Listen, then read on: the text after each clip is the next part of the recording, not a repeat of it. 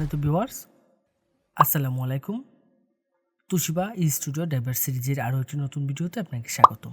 আজকের ভিডিওর মাধ্যমে আমি দেখাবো হচ্ছে তুশিবা স্টুডিও 306 SE এর প্রিন্টার ড্রাইভারটি কীভাবে খুব সহজে আপনার কম্পিউটার বা ল্যাপটপে সেট আপ করে নিতে পারবেন এবং কিভাবে এই ড্রাইভারটি ডাউনলোড করবেন এবং কোথা থেকে ডাউনলোড করবেন, সম্পূর্ণ প্রসেসটি দেখাচ্ছি আজকের ভিডিওতে। তো ভিডিওটি অবশ্যই গুরুত্বপূর্ণ হতে চলছে। কথা না বাড়িয়ে চলে আমরা মূল ভিডিওতে চলে যাচ্ছি।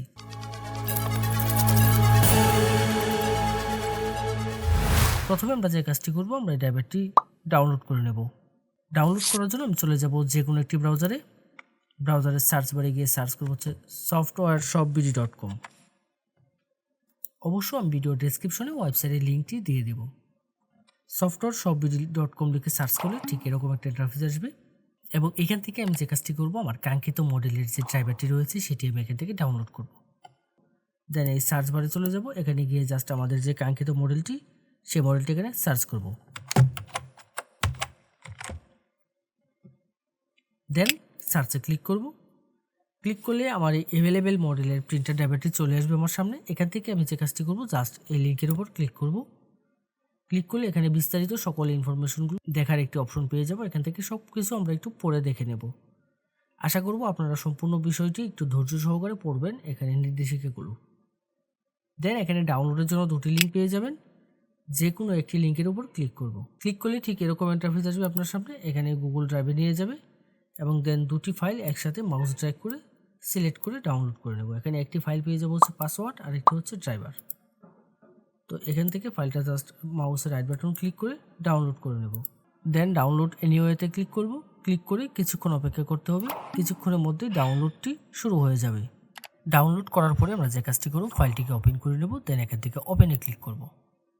ক্লিক করলে ঠিক এরকম একটা ইন্টারফেস আসবে আমার সামনে। রার ফাইল রয়েছে, রার ফাইলকে আমরা যখন আনজিপ করব, যে কোনো জিপ ফাইল বা রার ফাইলকে যখন আমরা এক্সট্রাক্ট করব, তার জন্য আমরা যে কাজটি করি, নর্মালি আমরা উইন্ডার ব্যবহার করে থাকি। যদি আপনার কম্পিউটারে উইন্ডারটি না ব্যবহার করা থাকে, অর্থাৎ উইন্ডারটি যদি ইনস্টল করা না থাকে, তাহলে যে কাজটি করবেন, আপনি উইন্ডারটি ইনস্টল করে নেবেন।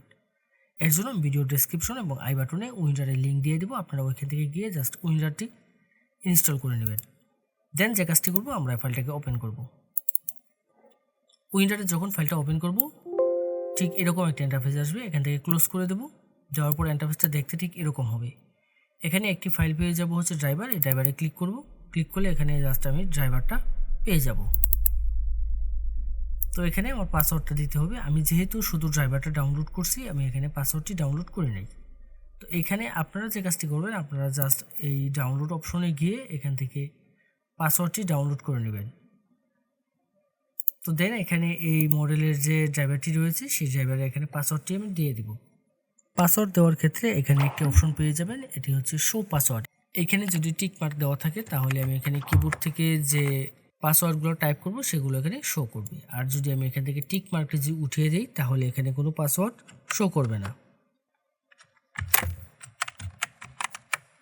এখানে পাসওয়ার্ডটা টাইপ করে দেবো। দেওয়ার পরে দেন ওকেতে ক্লিক করব। ওকেতে ক্লিক করব। ক্লিক করলে ঠিক এরকম একটি অ্যালার্ট আসবে। এখান থেকে যে কাজটি করতে হবে, এখান থেকে আমি ইএসের উপর ক্লিক করব। দেন সফটওয়্যারটা এক্সট্রাক্ট হওয়া শুরু করবে এবং এক্সট্রাক্ট হওয়ার জন্য কিছুক্ষণ সময় নেবে। কিছুক্ষণ আমি অপেক্ষা করব। দেন এরকম একটা ইন্টারফেস আসবে। এখানে আমি যে কাজটি করব, আমি আমার প্রিন্টারটি সরাসরি কম্পিউটারের সাথে কানেকশন করে নেব।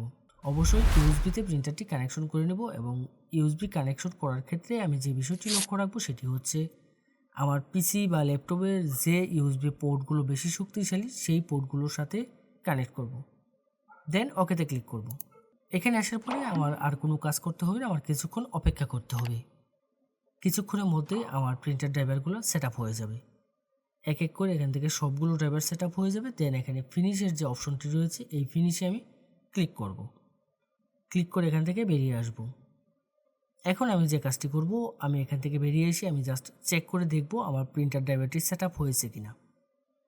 অবশ্য চেক করার ক্ষেত্রে আমাদের যে কাজটি করতে হবে, আমার কম্পিউটারটি রিস্টার্ট দিয়ে নিতে হবে। কম্পিউটারটি রিস্টার্ট করে নেব, তাহলে দেখবেন প্রিন্টার এবং স্ক্যানার দুটি ড্রাইভারই পেয়ে যাবেন।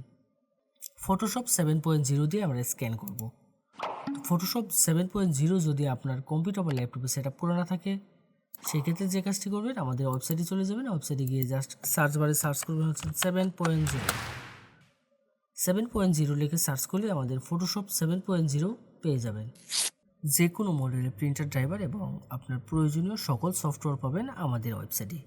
যদি আমাদের ওয়েবসাইটে কোনো সফটওয়্যার বা ড্রাইভার আপনি খুঁজে না পান, তাহলে অবশ্যই আমাদের হোয়াটসঅ্যাপে যোগাযোগ করবেন। আমাদের প্রত্যেকটা পোস্টের মধ্যে আমাদের হোয়াটসঅ্যাপ নম্বর দেওয়া থাকবে। এই ছিল আজকের মতো। এরকম গুরুত্বপূর্ণ টেক টিউটোরিয়ালের জন্য অবশ্যই আমাদের চ্যানেলটি সাবস্ক্রাইব করে রাখতে ভুলবেন না। দেখা হবে নতুন কোনো ভিডিওতে।